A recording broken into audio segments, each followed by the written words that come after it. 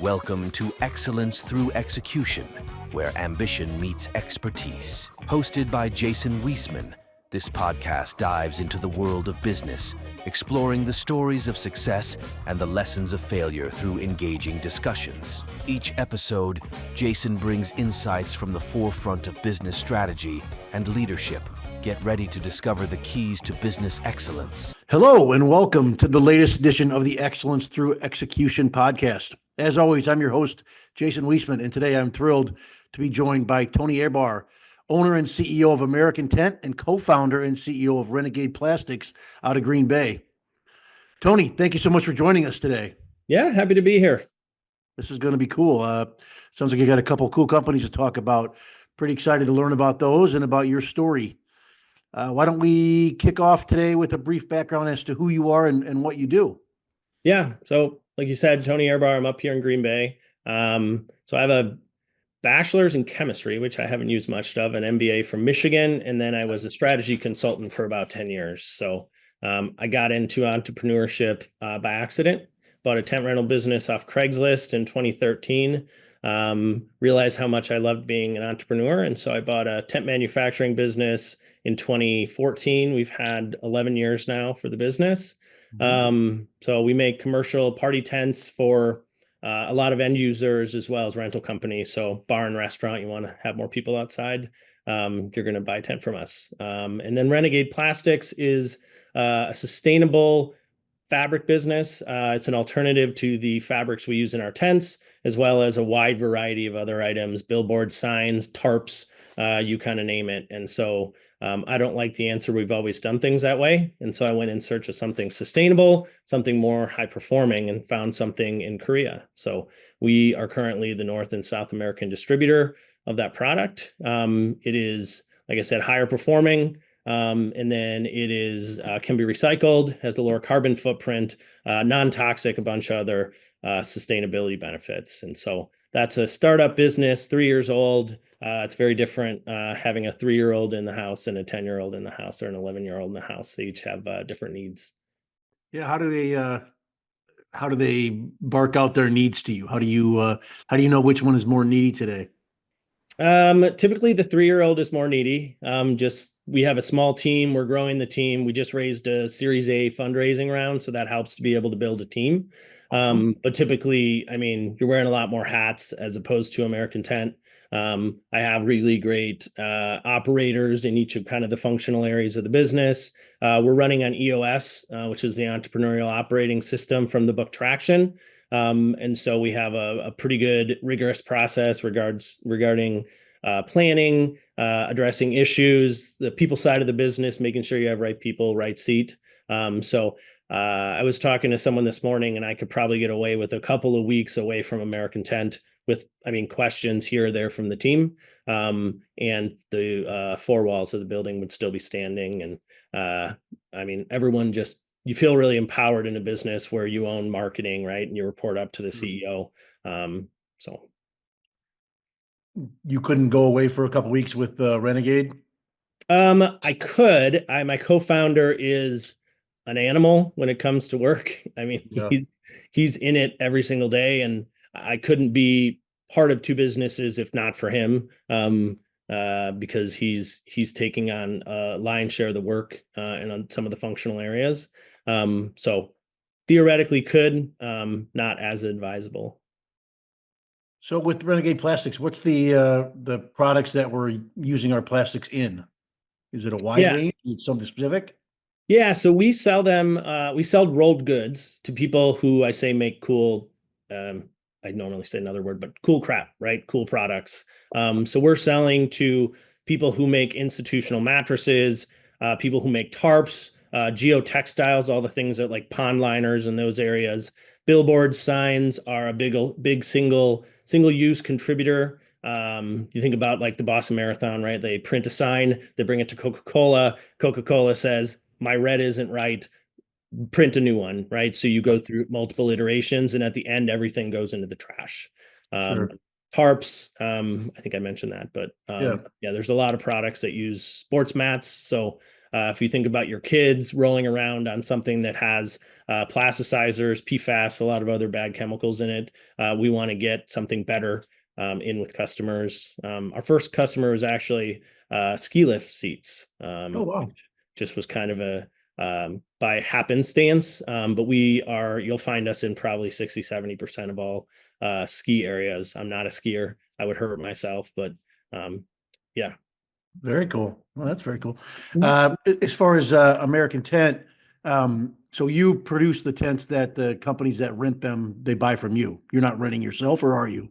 I had a rental business. I sold that right before COVID Yeah. 2019. Good Just too timing. many things going on. But I mean, tents were actually really big during COVID because everyone needed to be Oh, outside. that's right. So yeah, we no longer rent. So we sell to bars, restaurants, schools, golf courses, you name it, people who do a lot of events and want to have that tent up for the season. Yeah.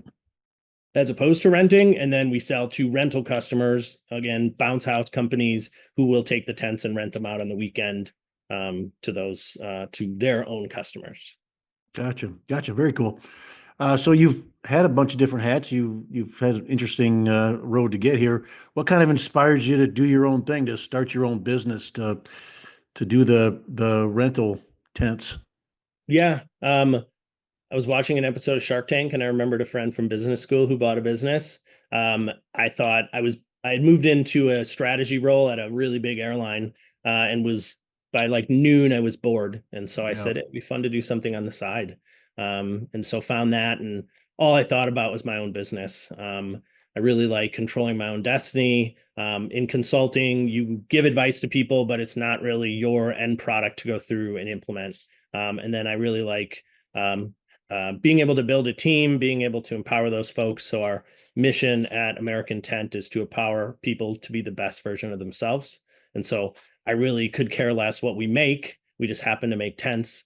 Sure. And I mean, one of our values is find your joy. And so you want to bring people in, you want to make a difference in their lives. And so that's what keeps me going in the businesses.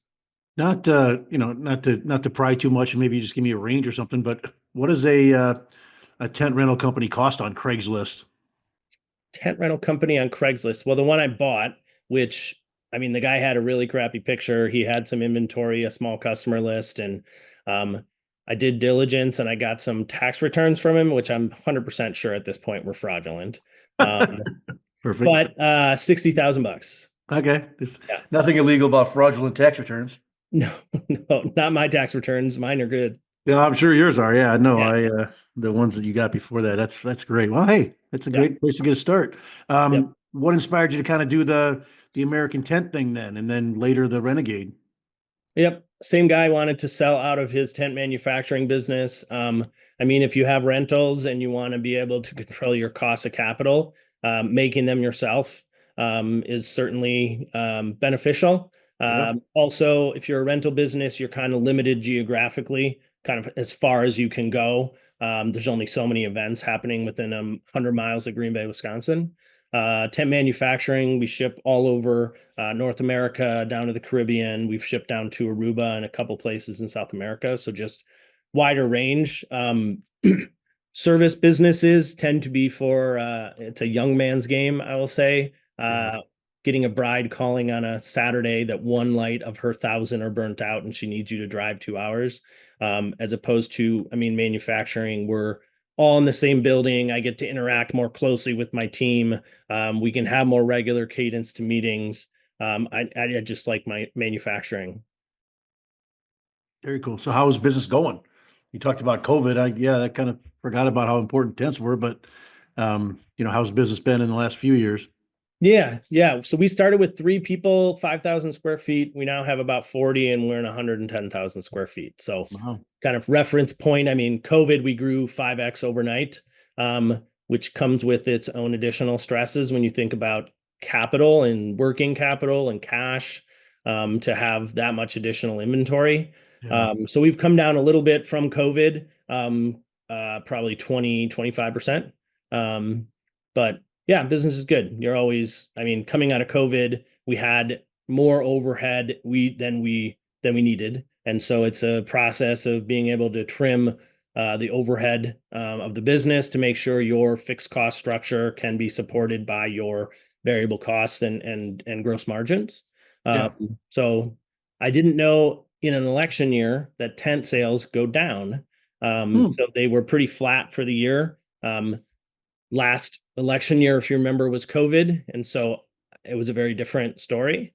Yeah. So things were a little flat. We finished the year really strong. We made some strategic decisions in the last year in terms of our sales and marketing department, which really started paying off towards the end of the year. Very cool. Yeah. What's the deal with the tent sales going down in the election year? People are too worried to have a party. Nobody could answer that question. All of my colleagues in the industry, the CEOs I talked to, just said that is what happens. If I was going to have to guess, it's a little bit of uncertainty in terms of making a capital investment. I don't think, I mean, rental businesses may not have been down. It was just selling to like end users, bars, restaurants, those types of folks. So you talked about a lot of the strategic things that you had to work through. What are some of the common misconceptions that people have about running a business, about being the boss? Yeah. I mean, everyone thinks I'm rich. I was watching Top Chef the other day, and one of the chefs was like, everyone thinks we're rich. Like we're not. I'm not the CEO of JP Morgan Chase, right? I'm making 2-3 times what the team makes. I'm not 40, 50, 60x. One of those folks make, right? Yeah. Luckily, I have a wife who has a very good job, a very stable job. So it allows me to be able to take some risks. I mean, it's really hard to turn your brain off. If you have a 9 to 5 job, you can come home, set your phone off to the side and move on. But like this weekend, I got a call from our cleaning people that the ceiling was leaking in the middle of our warehouse. And so you got to deal with things on the weekend. You got to deal with things at night. And I was just sitting in a meeting thinking, I wish the buck didn't always stop with me, but the buck always stops with me, and which is good. It's bad, indifferent, but yeah, buck always stops with you. Yeah, can't really blame anybody else though. Yes. Well, so how do you maintain that balance? You got a wife, you've got a couple companies. How do you have some time for yourself? Yep. So I read a statistic the other day that 95% of the time you spend with your kid is before they turn 18 years old. And my daughter's 9. And so we're heading towards her wanting to spend more time with friends. And so it's really, I mean, it's prioritizing that time. I have a lot of deal breakers when it comes to travel. I mean, birthdays, Halloween, a lot of those types of things. And then I worked with a coach recently, and we talked a lot around turning off, right? And so I do have some limits set on my phone for when I can check email.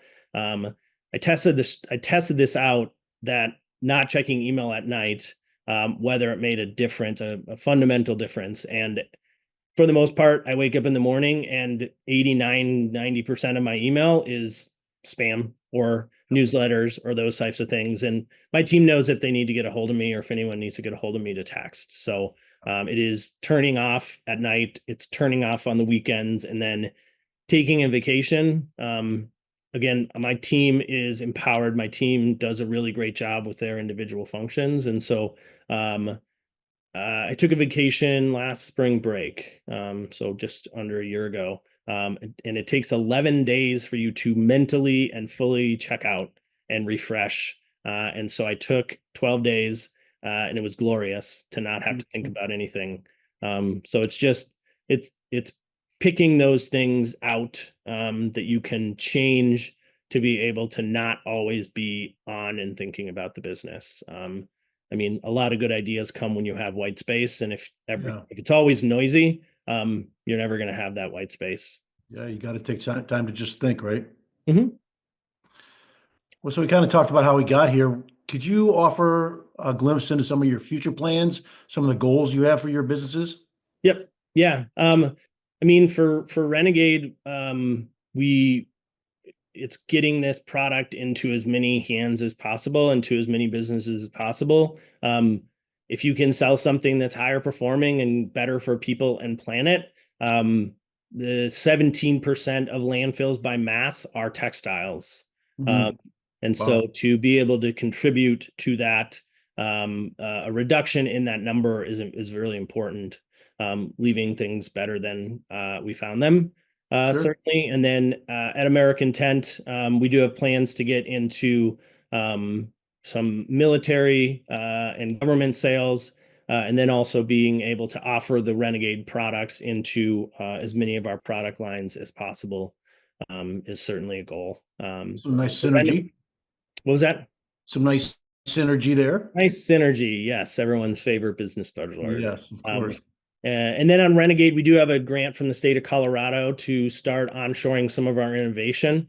So we'll have an innovation lab set up here by mid-year, where we can do all of our product development, product strategy. It takes time out of the development cycle. It takes costs out of the development cycle, with the intent to be able to build a full-scale production line here, rather than sourcing things out of Korea. But Well, I mean, when you talk about bringing something and onshoring it, it's not one of those things you can just, right, snap your fingers. A lot of times, like for our facility, there is a break-even point operationally that we can actually make money on a facility. Would I love to open it tomorrow? yeah. Yes. Does it make economic sense? No. But it will at some point, and I will do it as soon as it does, or we will do it as soon as it does. Oh, that's fantastic. Those are some great goals. Well, this Yep. has been great, man. It's been super cool learning about you and your businesses. Let me get you out of here on this.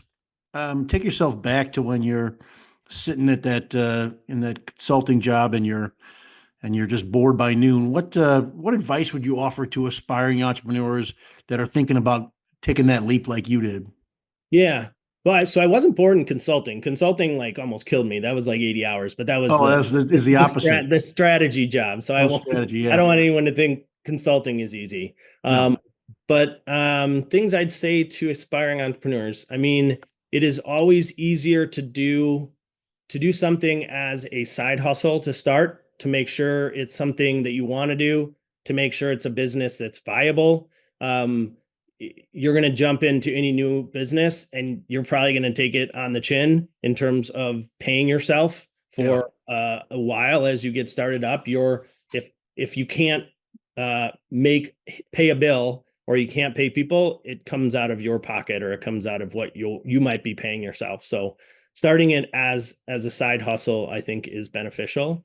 Awesome. Making sure it's something that brings you joy. So 6 Types of Working Genius is one of my current most gifted books. And I won't get too far into it because I have a long-winded reason that I love it, but it talks about what things bring you joy and what things stress you out.